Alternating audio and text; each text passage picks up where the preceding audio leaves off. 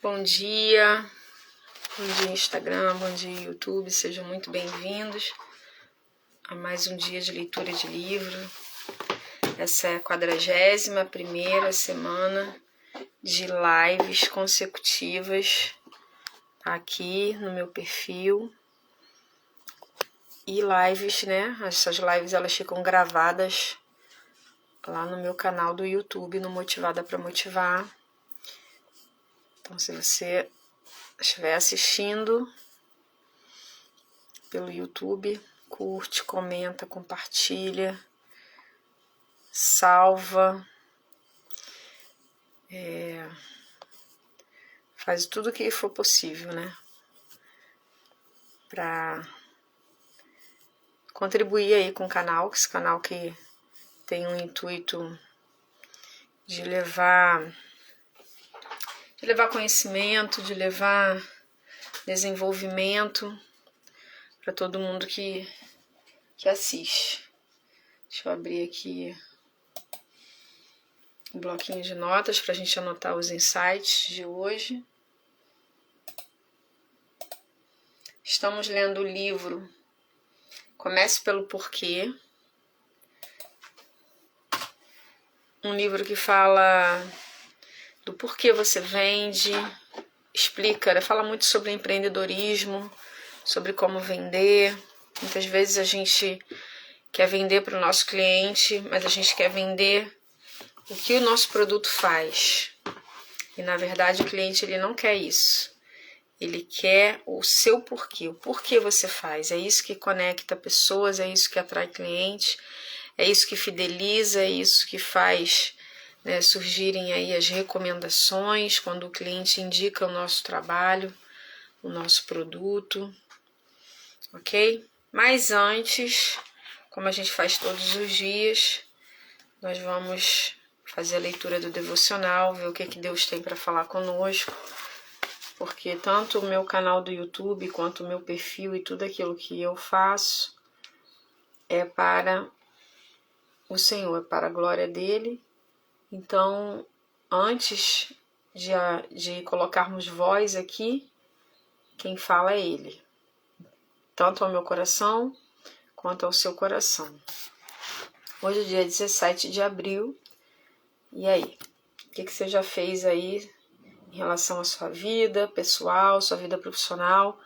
Hoje já é o quarto, né? Hoje já é dia 17 do quarto mês do ano de 2025. O que você já conquistou das metas que você estabeleceu? Isso se você estabeleceu metas, né? Muitas pessoas não sabem o que é estabelecer uma meta, acha que sonho é meta, e sonho não é meta, tá? Quero deixar isso claro para você. Tire as sandálias, não se aproxime mais, o Senhor advertiu. Tire as sandálias, pois você está pisando em terra santa. Êxodo 3, versículo 5. Existem comandos divinos que não precisamos entender, apenas obedecer. Não foi nenhuma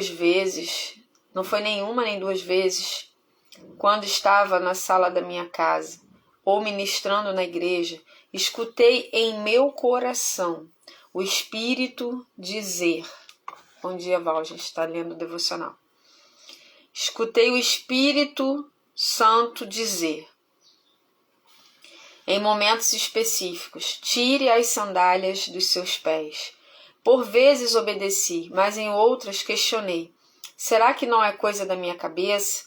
E sei que muitas de nós já tiveram essa mesma dúvida. Então, um certo dia, enquanto ministrava em um culto, essa mesma voz soou forte em meu interior. Fiquei descalça. Naquela hora, entrei em guerra comigo mesma, hesitante e receosa, mas, por fim, obedeci.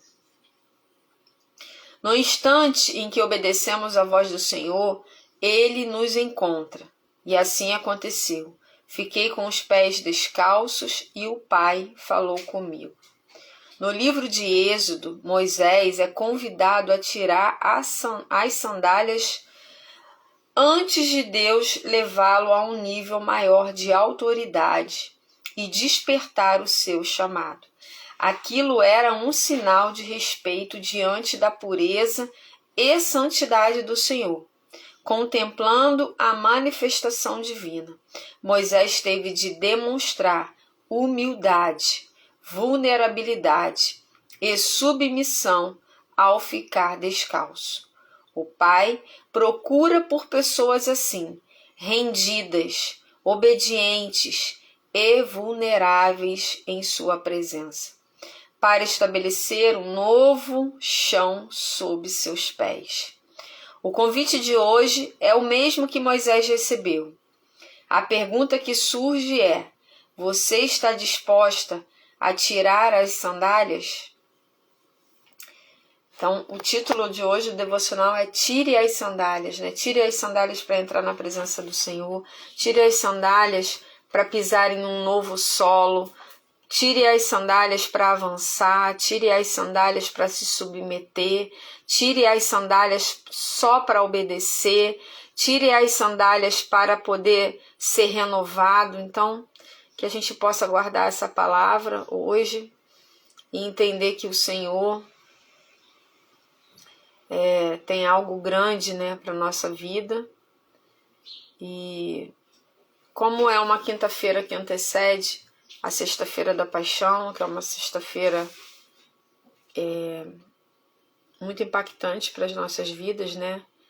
Até para aqueles que não seguem a Jesus na íntegra ali, mas creem que houve uma divisão na história, né? O antes e depois de Jesus, isso é incontestável.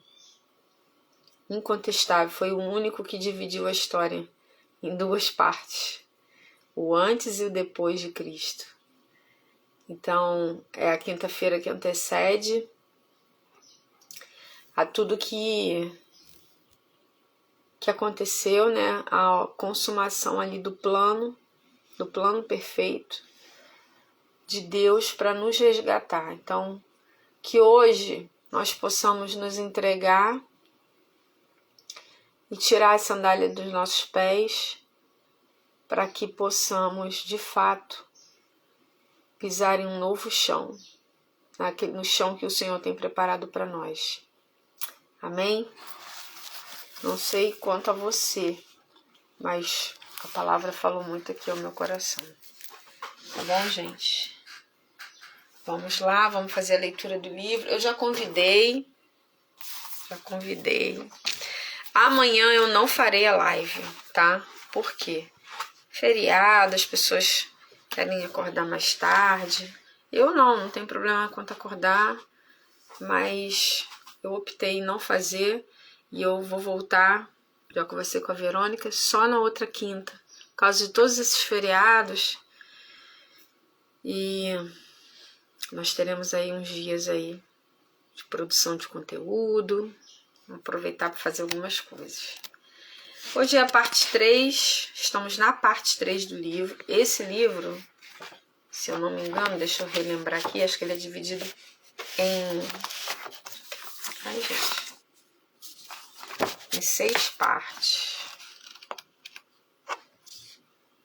Isso aí, ele é dividido em 6, estamos na parte 3. Líderes precisam de seguidores. Capítulo 6, já estamos no capítulo 6, só que, né, ele é um livro bem extenso, bem longo, mas é um livro que, assim, ele não é um livro fácil de ser lido, tá? Não é um livro prático, como a gente classifica.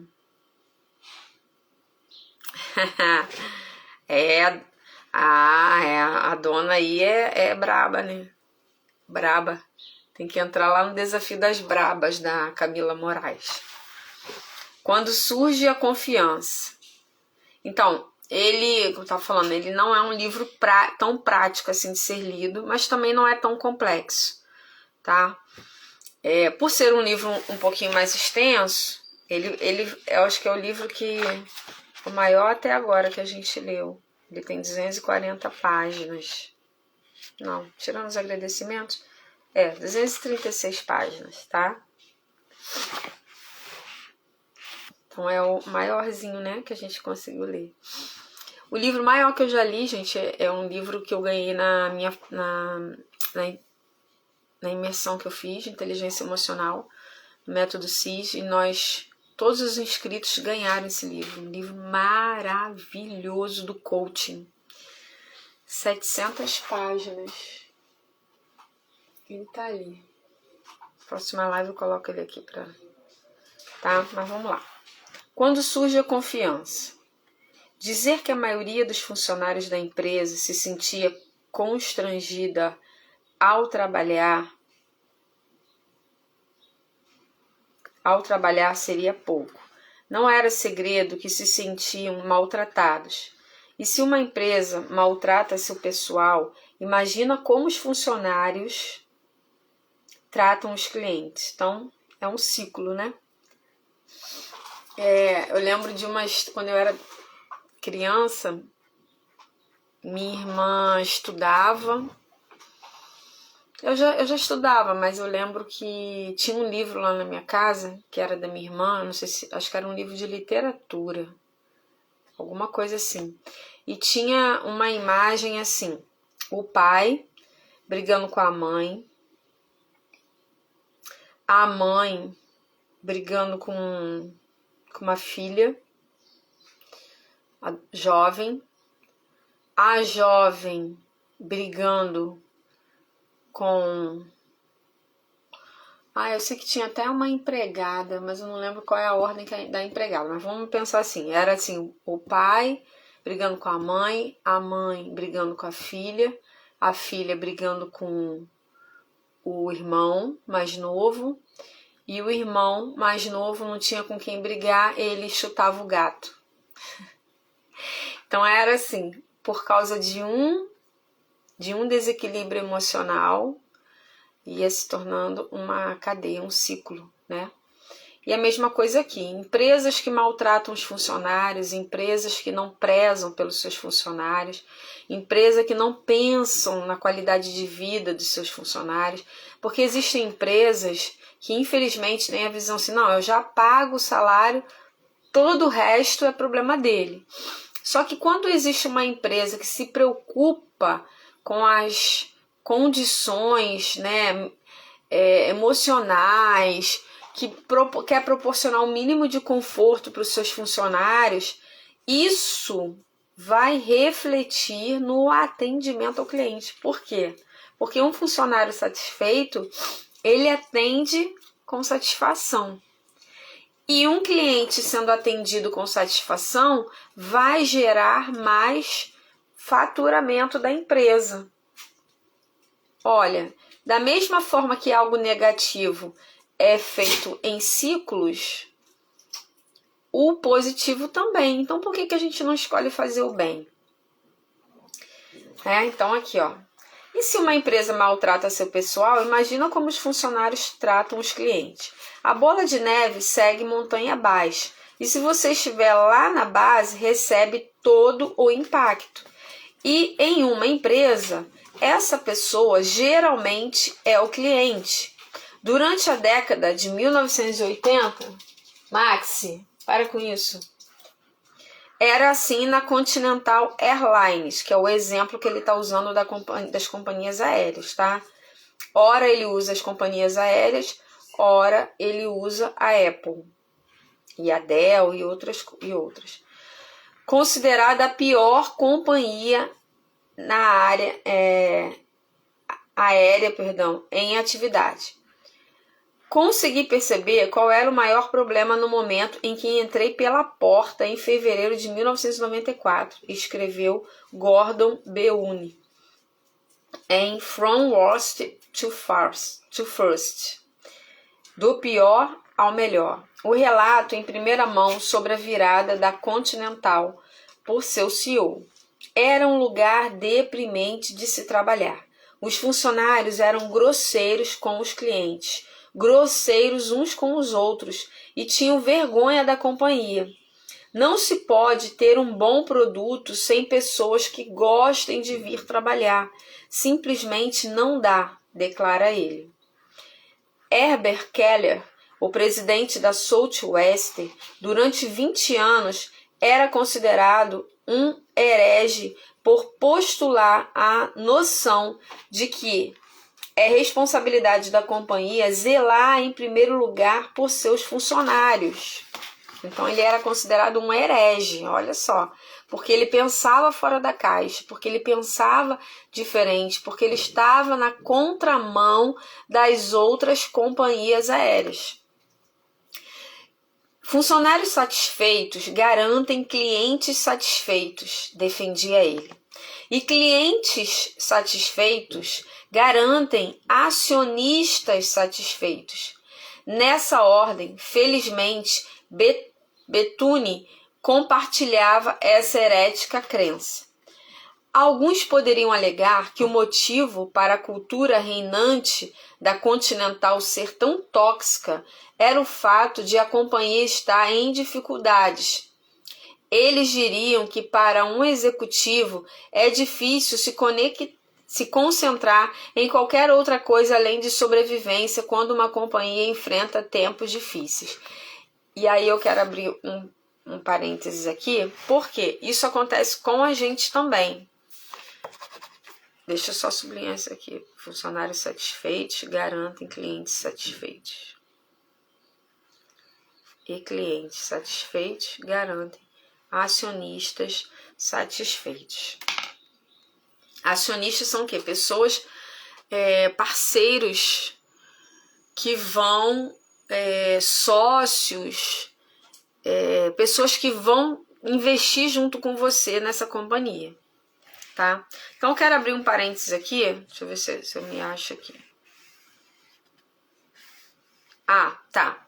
Ela fala aqui, Max, ela fala aqui que possivelmente a Continental ela tinha esse comportamento, por quê? Porque estava passando dificuldade.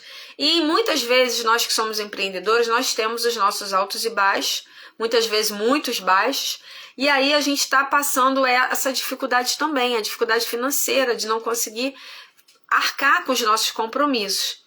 E aí o que acontece? A gente acaba refletindo isso no nosso cliente. Quem tem funcionário no funcionário e o funcionário no cliente. E o cliente impacta de forma direta nos nossos resultados. Então, ao invés de melhorar, piora. Porque a gente está focando na falta e não consegue fazer nada novo, não consegue manter um padrão de atendimento. E isso, o não ter o padrão de atendimento, não manter ou não querer ou não desejar fazer algo novo, gera mais problemas e não resolve nada. Esse é o problema de tudo, entende? Quando voltarmos a ser lucrativos, dizia a lógica, olharemos para todas as outras coisas. Não vai voltar, tá? Com essa visão não vai voltar. Para com isso, não faz isso. E sem dúvida, durante a década de 1980 e o início da de 1990, a Continental lutou. A companhia entrou em recuperação judicial 2 vezes em 8 anos, uma em 1983 e outra em 1991, e teve 10 CEOs em uma década. Em 1994, o ano em que Bethune assumiu como novo CEO, a companhia tinha perdido 600 milhões de dólares e estava em último lugar em todas as categorias de avaliação de desempenho. Mas esse cenário não durou muito tempo depois da chegada de Bethune. Logo, no ano seguinte, a Continental teve lucro líquido de 250 milhões de dólares e foi ranqueada como uma das melhores companhias onde se trabalhar nos Estados Unidos. Onde se trabalhar. Pega o detalhe. Não era onde se viajava. Era uma companhia aérea. Então ela não entrou no ranking da melhor companhia em que se viajar, mas de se trabalhar. E olha, O que isso pode gerar. Cadê? Ai, gente. Onde se trabalhar nos Estados Unidos. E embora Bethune tinha feito importantes mudanças para melhorar as operações, os maiores ganhos foram em uma categoria de desempenho quase impossível de medir: a confiança. A confiança não surge simplesmente porque um vendedor traçou um quadro racional dos motivos pelos quais um cliente compraria um produto ou serviço, ou porque um executivo promete mudanças. A confiança não é uma lista de itens a serem conferidos. Cumprir com todas as suas responsabilidades não gera confiança. A confiança é um sentimento, não uma experiência racional. Confiamos em certas pessoas e companhias mesmo quando as coisas dão errado. E não confiamos em outras, mesmo que tudo aconteça exatamente como deveria. Uma lista de itens verificados não garante que haja confiança. A confiança começa a surgir quando temos a sensação de que outra pessoa na organização é movida por outras coisas que não seu próprio ganho. Com a confiança vem um sentido de valor, um valor real, não apenas valor equacionado em dinheiro. Oi, Dani. Hoje falamos de uma parte muito legal aqui, Dani, hoje. Cadê? Em dinheiro.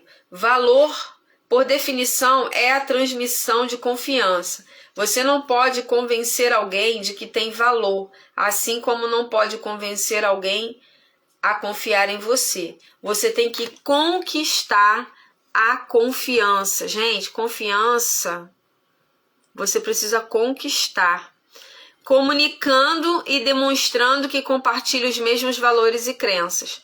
Você geralmente, por isso que a gente fala o tempo todo aqui, gente, olha, esse livro maravilhoso para quem é empreendedor, tá?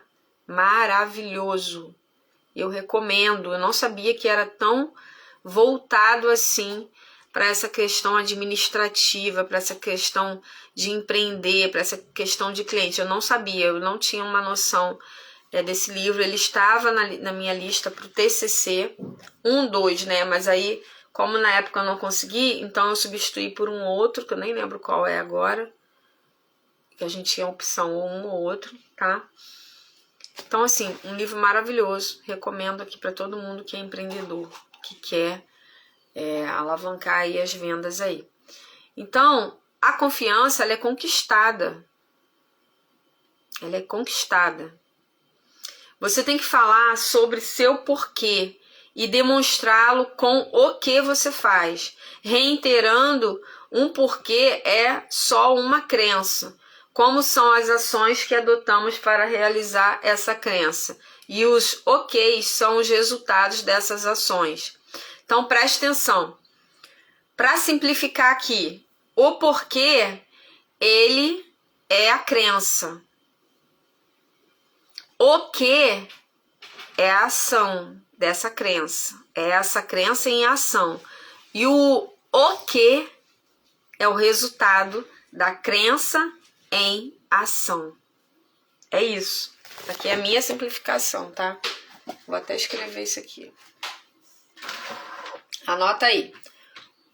O porquê junto com acento, é a crença. O que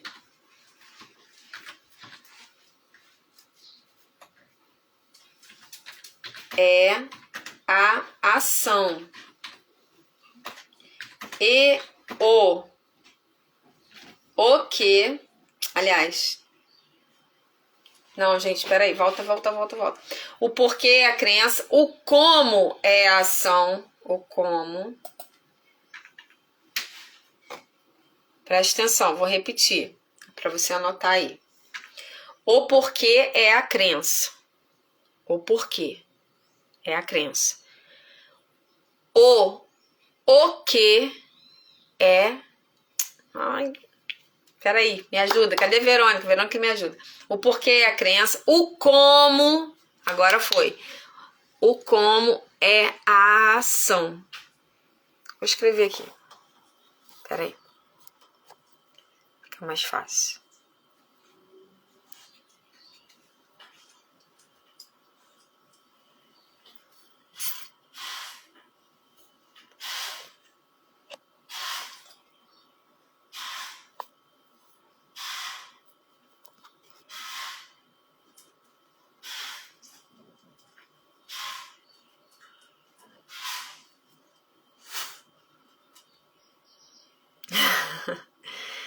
Eu falei Valquíria?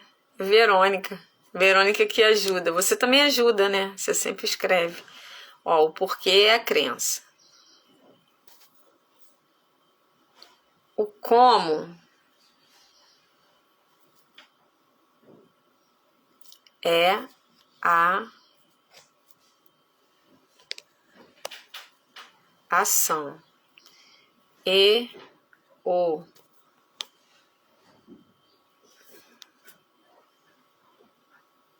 o que é o resultado. Acho que foi. Isso. O porquê é a crença, o como é a ação e o que é o resultado. É isso. Isso que eu vou escrever aqui.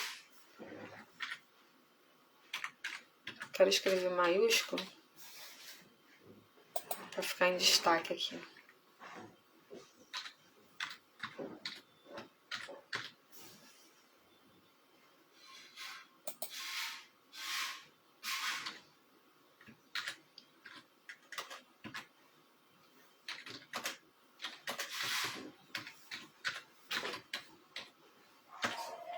Pronto. Foi? Conseguiu? Conseguiram? Beleza, agora deixa eu ver onde que eu estava aqui. Aqui. Existem muitos executivos talentosos com aptidão para gerenciar operações, mas uma grande liderança não se baseia apenas em grande habilidade operacional. Liderar não é a mesma coisa que ser líder. Ser líder significa que você tem o posto mais alto na hierarquia, seja por tê-lo conquistado, por sorte ou por ter manobrado na política interna. Liderar, no entanto, significa que outros o seguem voluntariamente. Vou sublinhar isso aqui. Gente,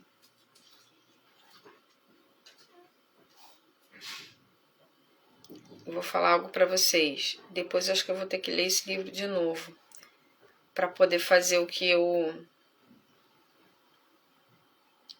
faço nos livros, marcar, fazer as anotações. Porque assim, aqui na live, eu não consigo fazer da forma que eu normalmente faço, tá? Mas depois acho que eu vou ter que ler. Frank Lorenzo, o CEO que antecedeu Bethune, pode ter sido o líder da Continental, mas Gordon Bethune soube como liderar a companhia. Os que lideram são capazes de fazer isso porque os que o seguem confiam que suas decisões são tomadas em prol do melhor e mais fundamental interesse do grupo. Em troca, os que confiam trabalham duro porque sentem como se estivessem trabalhando por algo maior que eles mesmos. Essa questão aqui, falando de funcionário, né, de funcionários que vestem a camisa da empresa, se chama endomarketing. Eu estudei isso quando eu estava fazendo a faculdade de marketing e foi a matéria que eu mais gostei, porque na época eu estava estudando e trabalhando como CLT, né? Eu trabalhava lá no aeroporto e eu via que alguns pontos não existia isso lá. E eu ficava doida, né? Porque eu lia a matéria e chegava lá falando, tá vendo? Tá faltando endomarketing aqui, tá faltando isso, tá faltando aquilo. E eu apontava todos os erros lá, mas não adiantava, né? Empresa multinacional as ordens, o tipo de comportamento, procedimentos vinha da Suíça. Então, os suíços são super frios. Os brasileiros, a gente aqui ainda adaptava muita coisa no aeroporto ali, nas empresas aqui do Brasil, por sermos um povo diferenciado, como dizem, que somos mais calorosos. Então, a nossa recepção ao cliente era totalmente diferente de outros países, de outros duty frees que a gente via, que o cliente entrava e saía, praticamente não tinha atendimento. E aqui no Brasil, principalmente no Galeão, né, a gente tinha um atendimento diferenciado e ainda assim não era tão bom. Mas isso porque refletia um pouco ali nos funcionários, porque em outros lugares, né, porque o endomarketing ele fala sobre o funcionário que veste a camisa da empresa. Antes da chegada de Bethune, o acesso ao 20º andar da sede de companhia, o acesso ao 20º andar da sede da companhia, o andar dos executivos, era proibido à maioria das pessoas. As salas dos executivos ficavam trancadas. Apenas os vice-presidentes sêniores ou executivos de hierarquia superior tinham permissão para subir. Era preciso ter um cartão-chave para entrar no andar. Havia câmeras de segurança por toda parte e guardas armados percorriam o lugar para eliminar qualquer dúvida e deixar claro que a segurança não era brincadeira. Era óbvio que a companhia não tinha problemas de confiança. Uma das histórias que corriam de boca em boca era que Frank Lorenzo não tomava nenhum refrigerante nos aviões da Continental, se ele mesmo não abrisse a lata. Ele não confiava em ninguém, por isso não é preciso recorrer à lógica para explicar por que ninguém confiava nele. É difícil liderar quando aqueles que você supostamente deveria estar liderando não estão inclinados a segui-lo. Bethune era muito diferente. Ele compreendeu que, além de suas estruturas e sistemas, uma companhia não é nada mais do que uma coleção de pessoas. Você não mente para seu médico, diz ele, e não pode mentir para seus funcionários. Bethune começou a mudar a cultura ao dar a cada um algo em que pudesse acreditar. E o que especificamente ele lhes deu para acreditarem que podiam transformar a pior companhia do setor na melhor empresa aérea com exatamente as mesmas pessoas e a mesma infraestrutura. Gente, olha o que está acontecendo aqui. Esse novo gestor chegou com uma nova mentalidade. Qual era a mentalidade dele? Focar nos funcionários. Funcionário satisfeito atende com satisfação e gera satisfação no cliente, que volta, que fideliza, que indica. Ele apostou nisso.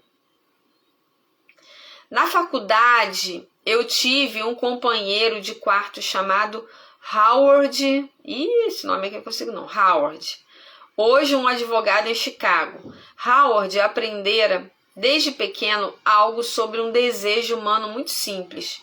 Crescendo nos subúrbios da cidade de Nova York, ele jogava no pior time da liga infantil de beisebol. Eles perdiam quase todas as partidas que jogavam, e não por pequenas margens de pontos, eram aniquilados com regularidade. Seu técnico era um homem bom e queria incutir uma atitude positiva nos jovens. Depois de uma de suas derrotas mais constrangedoras, o técnico reuniu o time e lembrou-lhes: não importa quem ganha e quem perde, o que importa é como vocês jogam. A essa altura, o jovem Howard ergueu a mão e perguntou: então por que contamos os pontos? Verdade, né? Se não importa quem ganha e quem perde. Ainda muito jovem, Howard compreendeu o desejo muito humano de vencer. Ninguém gosta de perder, e as pessoas mais saudáveis vivem para vencer. A única variação é o tipo de contagem que fazemos. Para alguns é o dinheiro, para outros a fama ou prêmios. Para alguns é poder, amor, uma família ou realização espiritual. O parâmetro é relativo, mas a vontade de vencer é a mesma. Um bilionário não precisa trabalhar. O dinheiro torna-se um modo de fazer a contagem, uma avaliação relativa de como as coisas estão indo. Mesmo um bilionário que perde milhões por causa de uma decisão ruim é capaz de ficar deprimido. Embora o impacto da perda do dinheiro seja zero em seu estilo de vida, ninguém gosta de perder. O ímpeto para vencer não é em si mesmo algo ruim. Os problemas surgem, porém, quando o parâmetro se torna a única medida do sucesso. Quando o que você conquista não está mais ligado ao porquê que levou você a se dispor a conquistá-lo para começo de conversa. Bethune dispôs-se a provar a todos na Continental que, se quisessem, poderiam vencer, e a maioria dos funcionários ficou lá para descobrir se ele tinha razão. Houve algumas exceções. Um executivo que certa vez reteve um avião porque estava atrasado, foi convidado a deixar a empresa. Assim como outros 39 dos 60 executivos sêniores que não acreditaram. Não importa quanta experiência tinham ou os argumentos que apresentaram. Todos foram convidados a se retirar caso optassem por não jogar com a equipe e não fossem capazes de se adaptar à nova cultura da Bethune. A cultura que Bethune estava tentando construir, perdão. Não havia lugar para os que não acreditavam na nova Continental. Bethune sabia que montar uma equipe que saísse para o jogo e ganhasse exigia mais do que o blá blá blá de alguns discursos e bônus para os executivos sêniores se atingissem determinadas metas de receita. Ele sabia que, se quisesse um sucesso real e duradouro, as pessoas teriam que vencer, não por ele, não pelos acionistas, nem mesmo pelos clientes. Para que o sucesso durasse, os funcionários da Continental precisavam querer ganhar por eles mesmos. Ele mexeu, gente, com as emoções dessas pessoas, com o porquê delas. Sabe o que Bethune fez aqui, que é esse líder dessa companhia aérea Continental? Quando ele entrou, ele começou a instigar as pessoas a descobrirem os seus porquês. Porque quando um funcionário descobre o seu porquê, o porquê ele está ali naquela empresa, qual é o seu porquê? O meu porquê dá o sustento para o meu filho. Então faça o seu melhor. Porque quanto mais você fizer o seu melhor, mais aumenta a possibilidade de melhorar ainda mais as condições para os seus filhos, para que você possa dar aos seus filhos. Então, o que ele fez? Ele começou a mexer com os porquês dos funcionários, para que houvesse uma mudança de comportamento deles para com os clientes, dos clientes para com a companhia aérea, gerando assim um ciclo.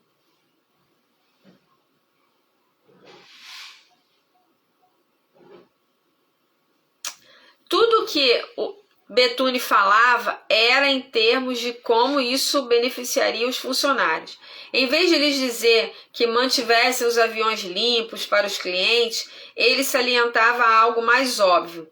Todos os dias eles vinham trabalhar nos aviões. Os passageiros iam embora depois do voo, mas muitos dos comissários tinham que ficar por pelo menos mais uma viagem. Seria muito mais agradável vir trabalhar se o ambiente de trabalho estivesse mais limpo.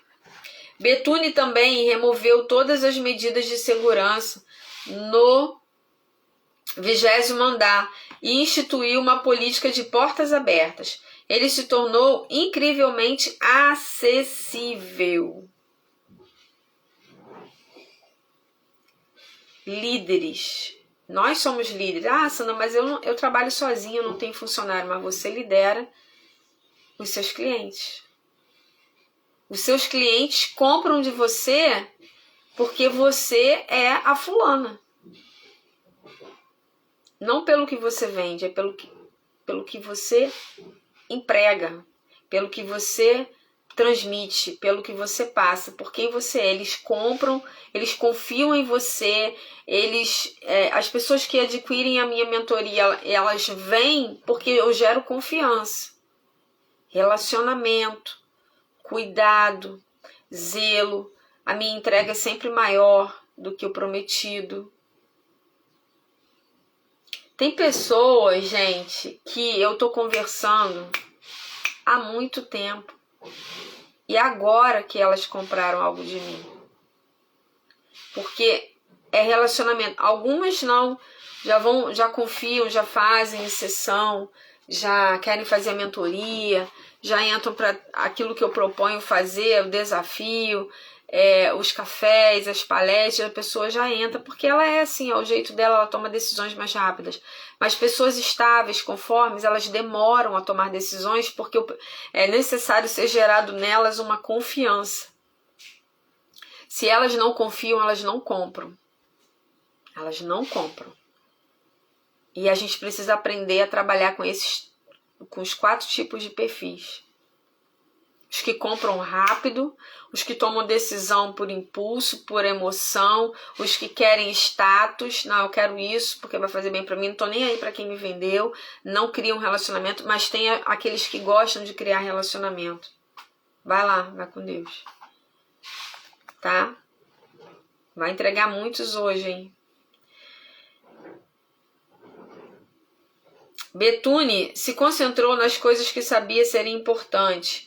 E para uma companhia aérea, a coisa mais importante é manter os aviões operando no horário. E para isso ele dependia de cliente? Não, ele dependia de funcionário. E muitas vezes pessoas estão, empresários aqui, líderes, eles estão focando no cliente em algo que não depende do cliente. Depende do funcionário. O funcionário precisa trabalhar direitinho, o funcionário precisa estar motivado, inspirado, desejoso de seguir aquela liderança, para que ele gere resultado e atraia o cliente. Primeiro, o resultado precisa ser gerado. Aviões limpos, manutenção feita, um bom atendimento ali a gente está falando de companhia aérea, dos comissários ali, uma boa recepção. Isso vai gerar uma experiência que vai desencadear de forma positiva o desejo daquele cliente de voltar naquela companhia. Nossa, o atendimento daquela companhia aérea Gente, não. Os aviões são limpos, são cheirosos, organizados. A equipe de comissários é maravilhosa, com um sorriso no rosto, acolhedora. O pessoal lá do check-in é maravilhoso, eles resolvem os nossos problemas. Ah, minha mala estava com peso extra, mas eles resolveram, eles não me deixaram lá para resolver sozinho, não, eles se disponibilizam a nos ajudar. Tudo isso atrai o cliente. Eu trabalhei nesse meio de companhia aérea, né? Eu não era de companhia aérea, eu era de uma empresa, de uma loja de produtos importados, dentro do aeroporto da área restrita, mas eu passava o tempo todo, a gente tinha contato com o pessoal de companhia aérea. E as companhias aéreas, elas cada uma, né, assim, umas copiavam o trabalho das outras, mas tinham umas que eram mais proativas. Então, eu não sei, tá? Eu nunca viajei de Gol, mas eu já viajei de Latam, que era a antiga TAM, né? Aí a Latam, já viajei de Avianca e já viajei de American Airlines. E dessas companhias, né, a Avianca foi muito boa, é menor, mas eu gostei do atendimento. Mas eu via por fora, porque eu nunca viajei de Gol, mas que a Gol era mais proativa, no externo, pelo menos ali, no saguão ali do aeroporto. Então eu vi uma proatividade maior de ajudar o passageiro a empurrar o carrinho, a acolhê-lo, a resolver os problemas ali. Não tá ouvindo? Tem alguém mais que não tá ouvindo, gente? Oi. Tá ouvindo, Evilana, agora? Melhorou? Ah, tá. Então vamos lá, vou finalizar aqui, porque não vai dar para ler o capítulo todo. Deixa eu só finalizar essa parte aqui. Então, assim Betune disse aos funcionários que todo mês em que o índice de pontualidade da Continental estivesse entre os 5 melhores, todos os funcionários receberiam um cheque no valor de $65, considerando que em 1995 a Continental tinha 40 mil funcionários. Cada mês de pontualidade custava à companhia colossais 2,5 milhões de dólares só para os funcionários, a mais. Então, preste atenção. Mas Betune sabia que estava fazendo um bom acordo. O atraso crônico custava 5 milhões de dólares por mês em despesa como perdas de conexão e, consequentemente, hospedagem noturna para os passageiros. Então, olha isso. Se ele deixasse as aeronaves atrasarem os voos, ele teria um prejuízo de 5 milhões de dólares. Mas se ele estimulasse os seus funcionários a evitarem os atrasos, se batesse, né, as suas metas mensais, ele teria que pagar só a metade. Então, olha que visão. Ao invés de pagar 5 mil dólares, ele pagaria 2.500 para os seus próprios funcionários, que trabalhariam com um sorriso no rosto, gente. É ou não é um diferencial a liderança? Investir nos seus funcionários, e aí para quem não tem funcionário, investir em si mesma, em momentos que vão trazer mais facilidade para o seu dia a dia em questão de trabalho, também é sabedoria, gente, também é gestão. Então preste atenção. Porém, mais importante para ele foi o que esse programa de bônus fez pela cultura da companhia, pois dezenas de milhares de funcionários, inclusive gerentes, olhando na mesma direção pela primeira vez em anos. Então ele conseguiu realinhar toda a empresa para um único objetivo. Era o fim dos dias em que somente os executivos sêniores usufruíam dos benefícios do sucesso. Todos recebiam seus $65 quando a companhia se saía bem. E ninguém recebia se ela não atingisse as metas. Então, olha só, ele colocou todo mundo no mesmo pacote. Até os gestores recebiam o mesmo valor. Parou essa coisa de só os que estavam acima que recebiam quando tudo ia bem. Ele igualou, ele passou uma régua. Ele nivelou. Se tudo for bem, todo mundo ganha. Se não for bem, ninguém ganha. Nem os grandes, nem os menores. Caramba, gente. Quantos gestores precisavam ler esse livro e ter acesso a isso? O valor não era simplesmente acrescentado ao salário. Esse era um pagamento diferente. Era um símbolo da vitória. E em cada cheque, uma mensagem nos lembrava de por que vinham trabalhar. Obrigado por ajudar a fazer da Continental uma das melhores. tinha essa mensagem no cheque. Você tem ideia? Gerar valor. Nós dimensionamos coisas para que os funcionários pudessem realmente ter controle, disse Betune. Colocamos em jogo algo em que os funcionários pudessem ganhar ou perder juntos, não em separado. Tudo o que faziam deixava as pessoas com o sentimento de que estavam naquilo juntas. E estavam. E eu paro por aqui,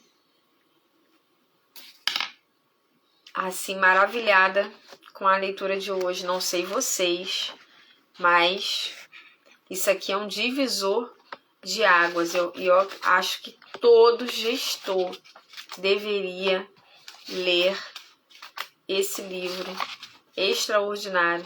Se você não comprou esse livro ainda, nossa, esse capítulo é imenso, gente. Muito grande esse capítulo. Eita! Se você não comprou esse livro, encomende aí com a papel colorido, RJ, garanta o seu desconto. É imenso o capítulo. Você vai demorar uns 4 dias para ler, mais 3 dias para ler, para terminar aí. Mas sem pressa, a gente não tá com pressa de nada. Então, se você não adquiriu o seu livro ainda, esse livro aqui, gente, você precisa ter esse livro.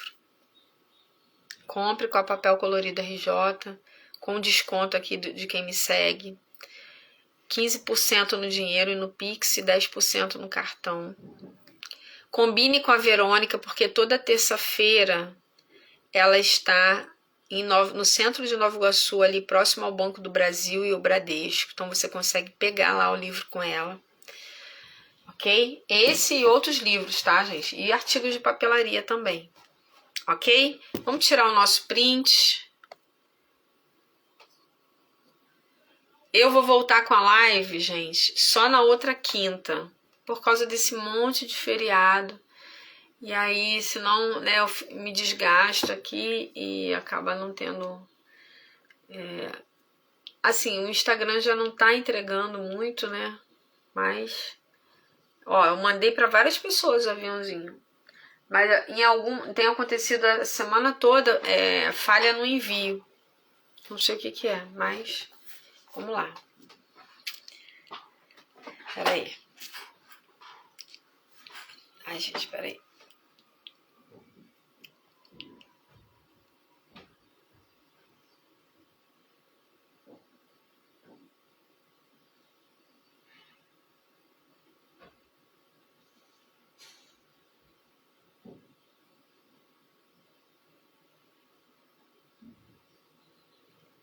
Foi? Acho que foi, né? A live, gente, essa live fica gravada. Falando nisso, tem que subir todos os vídeos hoje. Tá tudo salvo já. É só subir. Vou fazer isso. Tá? Fica gravada lá no meu canal no YouTube. Motivada pra motivar. Beijos. Até quinta-feira. Vou fazer a arte. Já vou avisar que as lives só vão acontecer agora. Só na quinta-feira. Tá bom? E Vilana, eu vou mandar uma mensagem pra você. Não sei se é você que tá aqui. Vou mandar uma mensagem pra você lá no privado. Beijo, fica na paz.